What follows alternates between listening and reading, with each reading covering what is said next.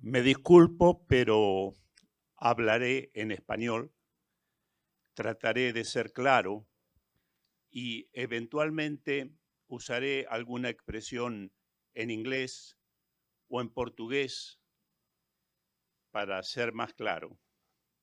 En primer lugar, ustedes pueden ver el título de la palestra, pero aquí pueden ver más abajo mi dirección electrónica. ¿Para qué está esa dirección electrónica? En los últimos 3 años yo publiqué algunos papers en revistas académicas, uno sobre la posición de la Iglesia Católica respecto de la evolución o de la teoría de la evolución, una historia de la Iglesia Católica con respecto a la teoría de la evolución. Luego otro paper sobre los fundamentos últimos de la teoría del diseño inteligente y su diferencia con el creacionismo tradicional. Por ejemplo, el creacionismo de Newton o el creacionismo de Tomás de Aquino o el creacionismo de los estoicos. Esos papers los tengo en mi computadora completos y si alguien me escribe, yo se los envío. Número 1. Bien. Antes de comenzar, quiero agradecer a la Sociedad Brasileña del Diseño Inteligente por esta invitación. Es un honor estar ante ustedes. En segundo lugar, también agradecer a la Sociedad Brasileña del Diseño Inteligente porque el año pasado me dio la plataforma en YouTube para un curso que se llamó Taller Filosófico del Diseño Inteligente, que tiene 16 videos y está en YouTube, y de alguna manera algo de lo que voy a hablar hoy está en esos videos. También quiero hacer público mi agradecimiento al Discovery Institute en Seattle porque me apoyó en mis estadías en el año 2016 y 2017. Mi reconocimiento a Steve Mayer, a Ann Geiger, a Jonathan Wells y a otros muchos allí. También quiero agradecer a los organizadores de este congreso y muy especialmente quiero agradecer a los sponsors de este congreso porque tienen claro que nuestra misión como estudiantes y estudiosos tratamos en un mundo hostil de mostrar que hay un principio trascendente de la vida. Un principio trascendente que, como hoy se dijo, es muy difícil introducir en la academia y en la educación pública. A veces por ignorancia, a veces porque no es conveniente para la carrera académica de los universitarios. Todo el mundo en la universidad quiere tener artículos en Journal Top, porque eso te lleva para arriba. Pero si hablas del diseño inteligente, se acabó. Y también por maldad. La maldad existe. No es solo ignorancia o querer permanecer en los Journal Top en la academia. Se los digo con experiencia.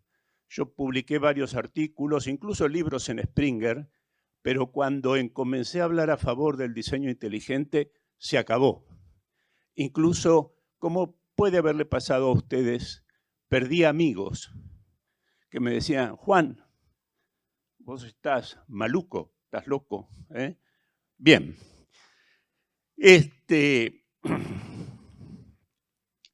Yo doy por supuesto en esta conferencia que el público, ustedes, están familiarizados con qué dice en general la teoría del diseño inteligente. Por ejemplo, el Cámbrico, los fenómenos de convergencia, los genes huérfanos, la complejidad de la información genética. Yo supongo que eso en general se conoce. Ok.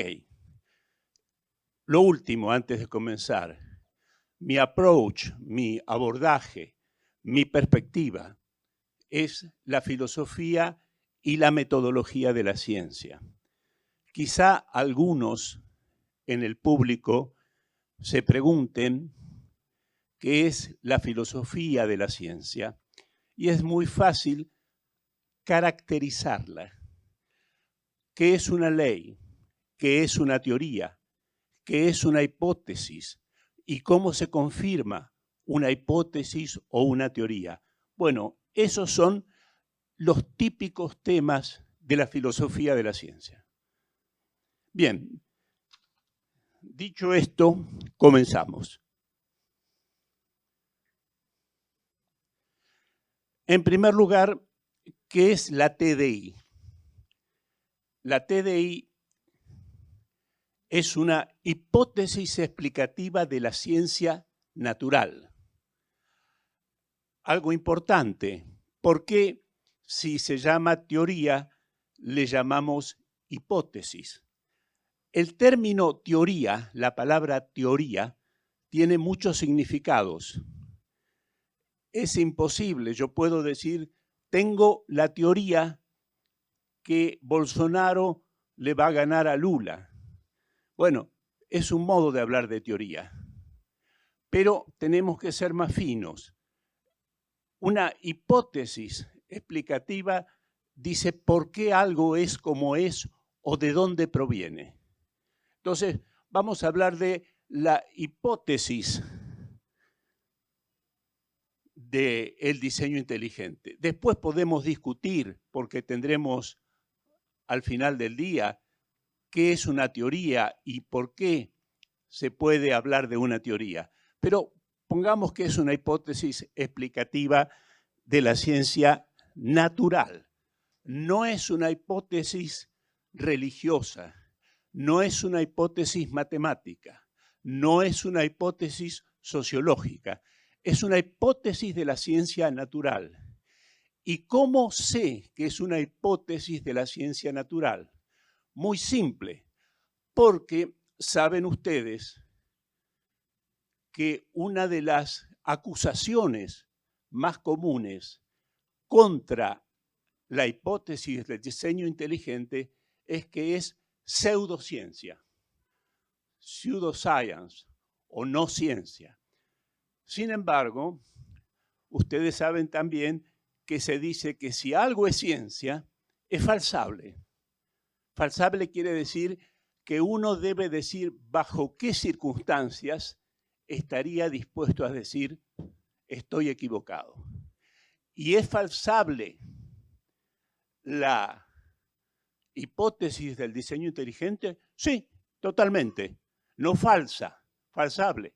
Si, por ejemplo, las bases del ADN se unieran en función de regulaciones físicas o químicas, esto es, no fueran independientes, como no son independientes los compuestos químicos, bueno, sería falsa. Si la secuencia de nucleótidos fuera periódica, no aperiódica, si fuera periódica, 100 timinas, 100 citosinas, 100 guaninas, también sería falsa. Pero no lo es, porque es un conocimiento experimental duro que las bases son independientes unas de otras. Entonces, cuando nos dicen, ¿es pseudociencia, no es falsable? Sí, es falsable.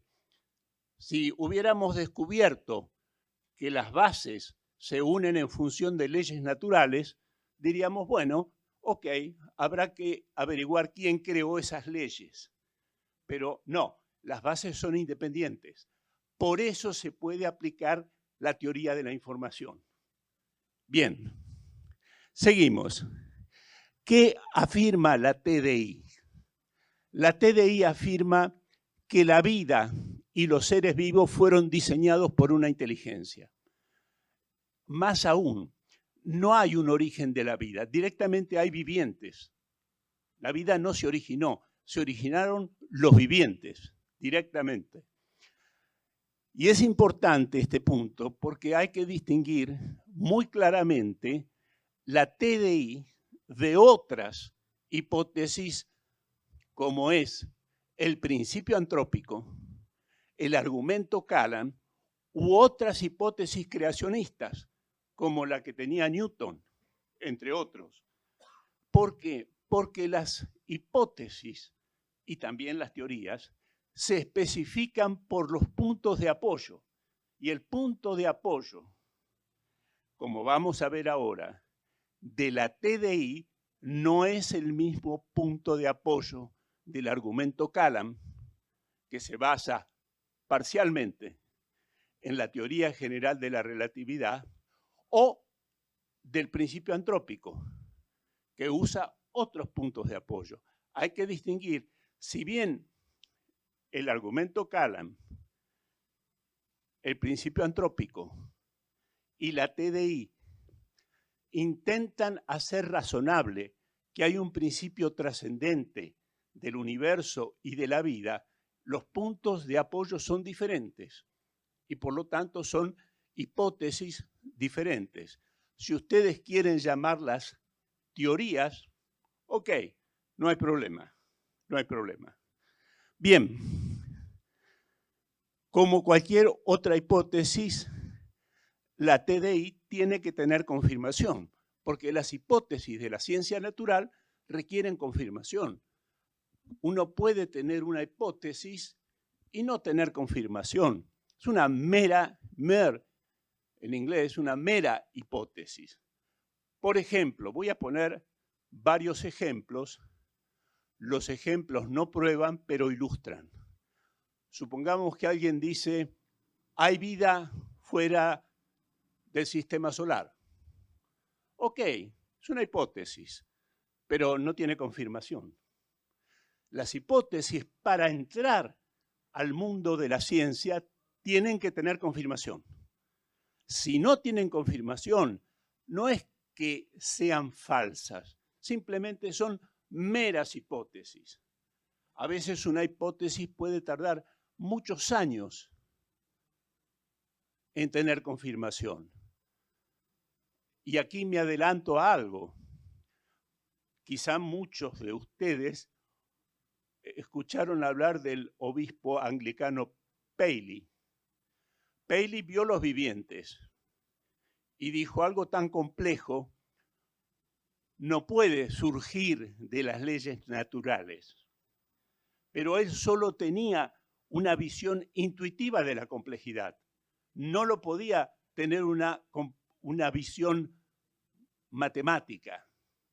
Yo digo, este reloj es muy complejo, pero matemáticamente hablando, ¿cuán complejo es? No sé. Ahora podemos medir la complejidad y ver si esa complejidad puede ser alcanzada por medio del azar o de un proceso de ensayo y error. Es la gran obra de Dembski. Entonces, confirmar, que en inglés decimos to confirm o to corroborate, toda hipótesis para ser científica tiene que tener confirmación.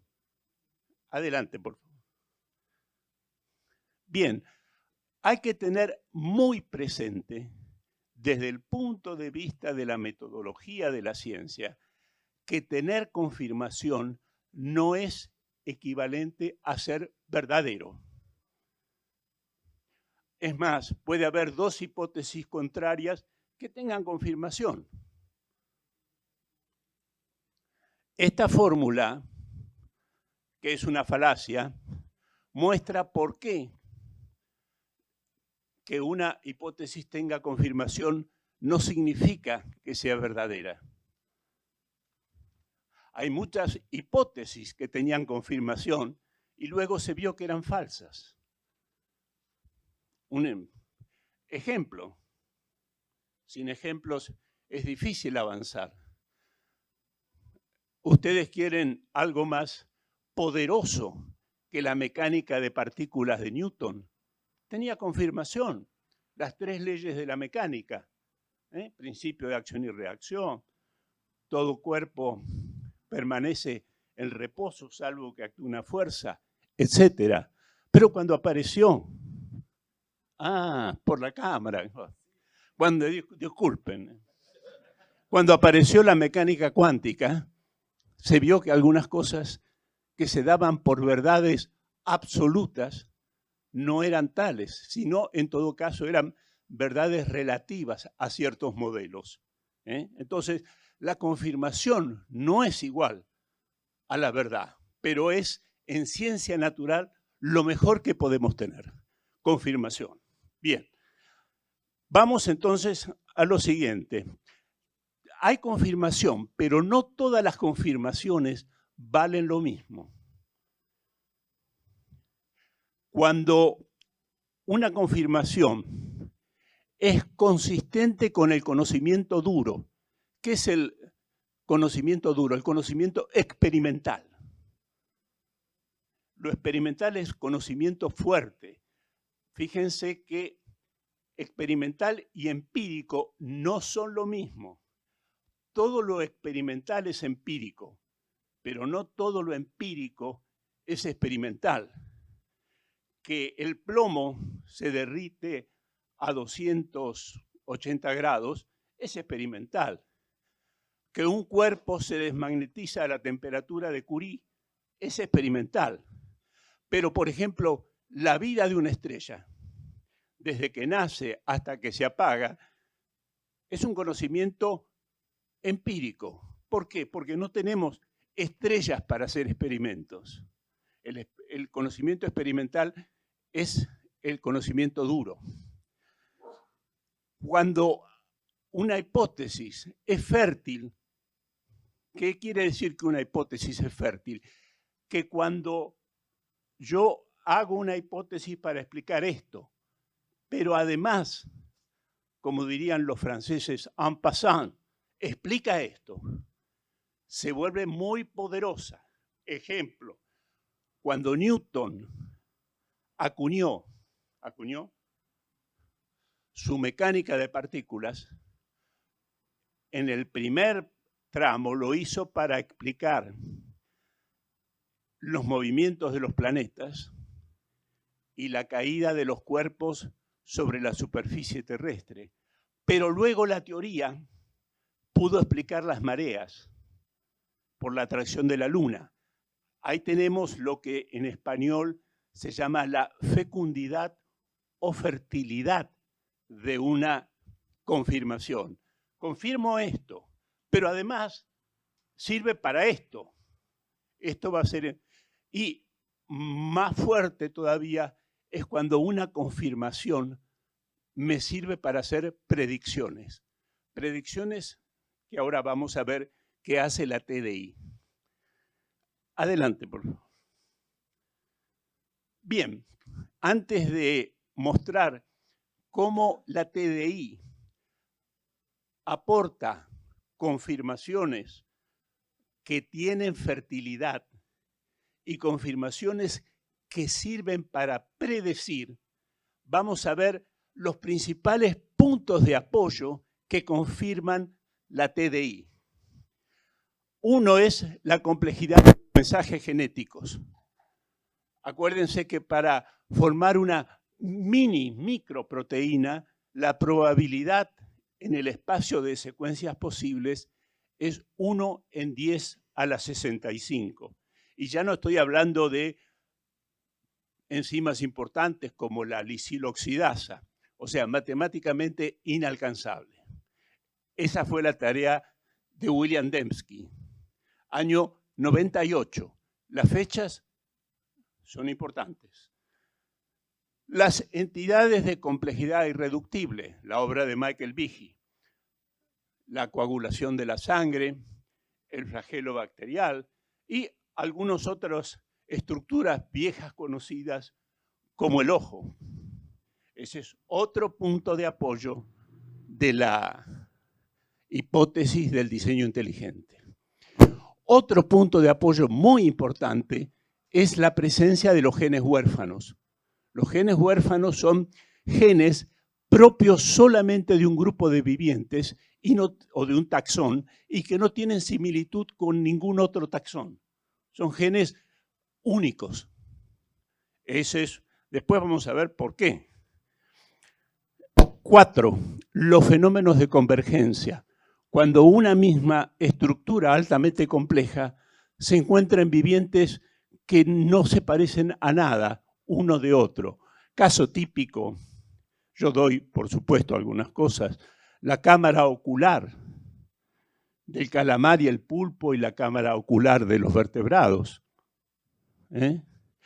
Y algo muy reciente, los fenómenos de convergencia a nivel genético, que son diferentes de los fenómenos de convergencia a nivel orgánico. 5º punto de apoyo o de confirmación del diseño inteligente es la discontinuidad del registro fósil y la famosa explosión del Cámbrico. Adelante, por favor. Predicción. Acá entramos en un análisis típicamente metodológico y filosófico de la ciencia. Fíjense lo siguiente, yo espero que lo que digo se entienda. En el año 96 aparece el primer libro fundacional de la teoría del diseño inteligente, La caja negra de Darwin, de Black Box o Preta, donde él muestra algunas estructuras y procesos. Estructura, por ejemplo, el flagelo bacterial y proceso, la coagulación de la sangre, que no pueden ser descompuestos, sino que tienen que haber sido ensamblados al mismo tiempo. Pero lo importante del libro de Behe, que él hace con la intención de mostrar que eso, el flagelo bacterial, la coagulación de la sangre, no se pudieron producir naturalmente, sino que detrás de eso hay una inteligencia que ha diseñado. 2 años después, en el 98, sale el primer libro de Dembski, donde muestra la complejidad genética matematizada y que no puede ser alcanzada por medio de un proceso de ensayo y error o por medio de lo que en biología molecular se llama síntesis de novo. Esa es la demostración de Dembski. Pero noten esto. Ambos, Dembski y Behe, proponen un diseño inteligente. Ahora, y acá viene el paso crítico que yo trataré de explicar.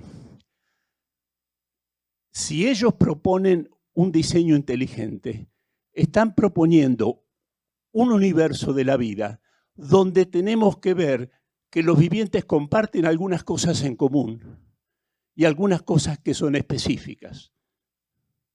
¿Qué quiero decir con esto? Algunos pensadores como Steve Meyer lo explican muy bien. Tomemos el ejemplo de un avión. Vamos a hacer un avión. ¿Tenemos que diseñar un motor? No, el motor ya está. Tenemos que diseñar algo específico. Por ejemplo, el perfil de ala. ¿Qué quiere decir? Que estoy diciendo que si hay un diseño inteligente, en los seres vivos vamos a encontrar algunas cosas que son comunes a todos. Por ejemplo, los catalizadores y algunas cosas que son específicas.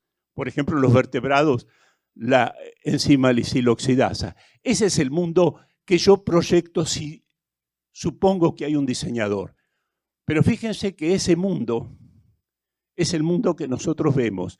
Pero Behe y Dembski no trabajaron en orden a justificar ese mundo, sino de alguna manera ese mundo no se conocía y al postular el diseño inteligente están prediciendo que ese mundo es un mundo discontinuo, donde hay cosas específicas y cosas comunes. Noten ustedes que la predicción no consiste solo en anticipar un evento, también consiste en decir cosas que no se conocen en el momento en que se hace la predicción. Por ejemplo, Mendeleev predijo que había elementos químicos que no se conocían, ya estaban ahí, pero fue una predicción. Schliemann, con la comparación de textos clásicos, predijo la existencia de una ciudad que en su momento se consideraba una ficción, la ciudad de Troya. Eso es para mostrar que la predicción esencialmente consiste en decir algo que va a suceder o algo que ya debe haber sucedido como un estado de cosas, pero que en este momento no conozco. Y cuando Dembski y Behe hicieron sus libros para otro fin, que es la complejidad genética, en el caso de Dembski, y los fenómenos de complejidad irreductible de Behe, ellos, al postular un diseño inteligente de la vida, estaban postulando también un mundo de la vida que es discontinuo, donde vamos a encontrar que para cada viviente hay soluciones específicas, estructuras y procesos específicos y también estructuras y procesos comunes. Así trabaja un ingeniero. Si vemos el mundo de los artefactos humanos creados por la inteligencia, vamos a ver que muchas cosas comparten el mismo mecanismo, pero después tienen mecanismos específicos. Entonces, ahí vemos una predicción. El diseño inteligente, al haber postulado la existencia de una inteligencia, superinteligencia creadora, está prediciendo un mundo de la vida donde vamos a encontrar soluciones comunes y soluciones específicas. Eso es lo que se llama una predicción. También tenemos los fenómenos de convergencia a nivel fenotípico, pero a diferencia del nivel genético de la convergencia ya se conocía en tiempos de Darwin. Pero, ¿qué es lo bueno o lo importante de Michael Behe y William Dembski? Que con la hipótesis del diseño inteligente, ellos explican, acá tenemos el caso de fertilidad, explican también lo mismo. No fue la intención de Dembski explicar los fenómenos de convergencia. No fue intención de Michael Behe explicar los fenómenos de convergencia, pero al postular un diseño inteligente de la vida, van a poder explicar después por qué hay convergencia. Porque un supremo ingeniero, si me permiten hablar de ese modo, es lo que hace. Algunos recursos son específicos y otros recursos son generales. Entonces, la doctrina del diseño inteligente, la hipótesis o teoría, llámenle ustedes como quieran, fue fértil. Porque permitió explicar por qué algunos vivientes tan distintos comparten las mismas estructuras y procesos. Algo que para los, no quiero hablar de evolucionistas, no tiene explicación, lo ven como una anomalía. Y hablando de esto, no sé si me va a alcanzar el tiempo, quiero decir lo siguiente, que cuando se trata de confirmar una hipótesis, lo más importante es dar razones positivas de esa hipótesis y no basarse en la derrota o los defectos de las hipótesis contrarias. Eso se tiene que hacer, pero es secundario. Fíjense que hay una expresión muy equivocada, pero que se puede usar, pero uno tiene que tener conciencia. Fíjense que el término teoría de la evolución no existe. ¿Por qué? Porque por teoría de la evolución podemos entender que hubo evolución, la hipótesis de que hubo evolución. Pero si uno pregunta, bueno, ¿cómo fue? Se encuentra con 7 teorías hoy. Neodarwinismo, simbiótica, neutralismo, tercera vía, síntesis extendida, estructuralismo y self-organization. Hay 7. Por eso cuando uno le preguntan, esto es para clarificar, ¿usted cree en la teoría de la evolución? Lo primero que uno debe preguntar es, ¿en cuál? Claro, porque no es lo mismo el estructuralismo que la autoorganización o la síntesis extendida. Y lo más importante es tener conciencia que la que fue la más conocida de todas, el neodarwinismo, ya fue abandonada. Se mantiene el nombre de Darwin, pero la teoría fue abandonada. ¿Por qué? Si ustedes van en el 2016, apadrinada por la Royal Society, hubo en Londres una reunión de 300 biólogos evolucionistas, neodarwinianos en su educación. ¿Y qué dijeron? Bueno, que ya el neodarwinismo no va, porque, por ejemplo, aceptan las mutaciones sobre células somáticas con efectos evolutivos, aceptan ciertos procesos neolamarquianos, ya no hablan de la selección natural moldeando la estructura de un organismo, sino dicen mutaciones de los genes OC, que son mutaciones abruptas, no hay un gradualismo, pero mantienen el nombre de Darwin porque te cubre. Cuando haces un paper hay que nombrar a Darwin para que te acepte. Bueno, eso es un punto fundamental. Para la gente común, bueno, teoría de la evolución, pero para nosotros no. Una cosa es la hipótesis de la existencia de la evolución. En esa coinciden todos los evolucionistas. Pero cuando hablamos de teorías de la evolución, la pregunta es ¿cuál? Porque no es lo mismo el estructuralismo. El estructuralismo puede explicar los fenómenos de convergencia a nivel orgánico o fenotípico. El neodarwinismo no, etcétera. Y para terminar con esta parte y ir rápidamente a la palestra, vamos, sí. Tenemos que tener en cuenta que lo siguiente, hace un momento decíamos, la TDI no puede basarse en la derrota, en refutar one by one las otras 7 teorías o teorías en construcción, porque siempre cambian. El evolucionismo es como un monstruo de muchas cabezas. Cortas una y nace otra, modifican la hipótesis. Bueno, pero quizá hay un evolucionista sincero, que no hay, pero sí, no, pero podemos suponer que hay, que dice, ok, hasta ahora no podemos justificar la evolución, pero con el avance de la ciencia aparecerá la explicación. Esta frase es importante porque muestra que no basta refutar las actuales teorías de la evolución. Tú tienes que mostrar tus propias razones de confirmación. Pero siempre puede aparecer una número 8. ¿Y qué pasa entonces? Adelante.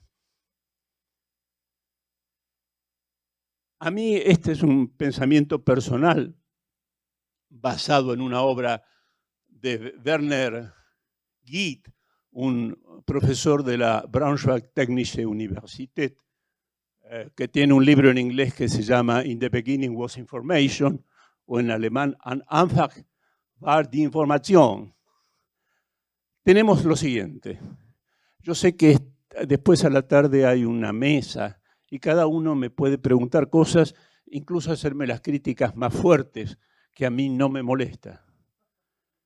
En todos los vivientes hay un lenguaje, que es el lenguaje del ADN. El ADN es un lenguaje para un autómata. La autómata es la célula. La célula no comprende, como los seres humanos, lo que le dicen. Simplemente recibe instrucciones. Lee las instrucciones. El ADN es un lenguaje. ¿Por qué? Porque tiene una sintaxis, una semántica y una pragmática. Las sintaxis son el modo como están organizadas los nucleótidos.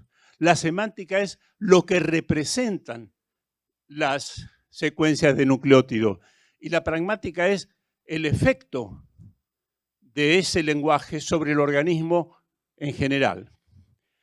En los vivientes hay auténtica información, porque yo estoy hablando de información en el sentido de la teoría de la información, no información en el sentido vulgar.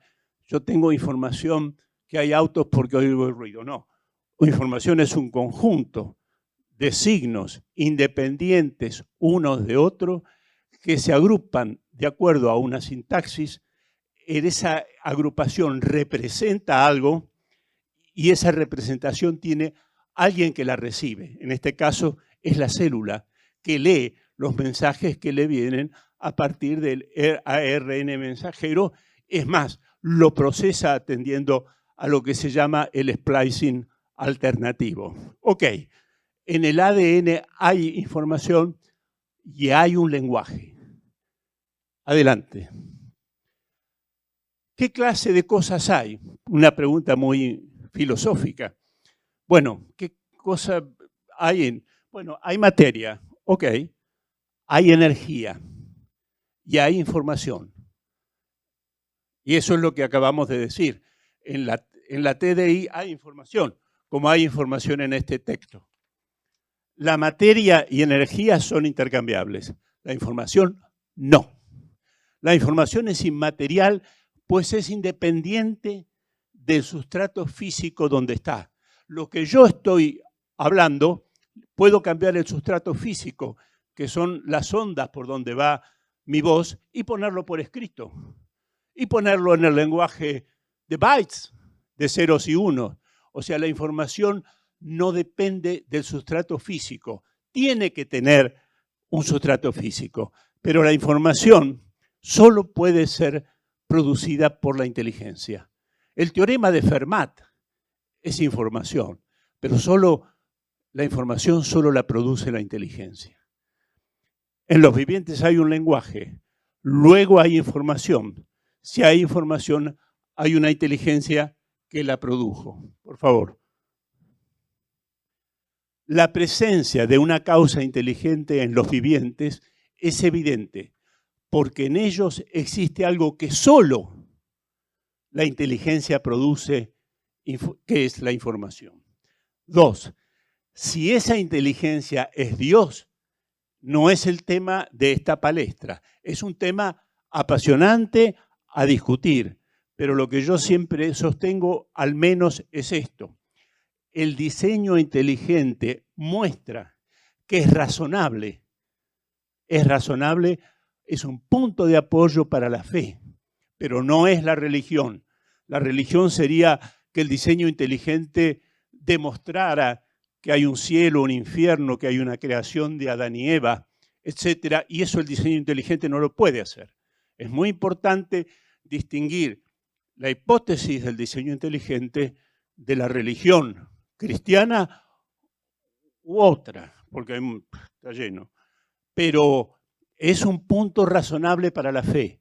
Y desde ese punto de vista, todas las iglesias, por lo menos las iglesias cristianas, deberían darse cuenta que la teoría del diseño inteligente o hipótesis del diseño inteligente hace razonable la fe.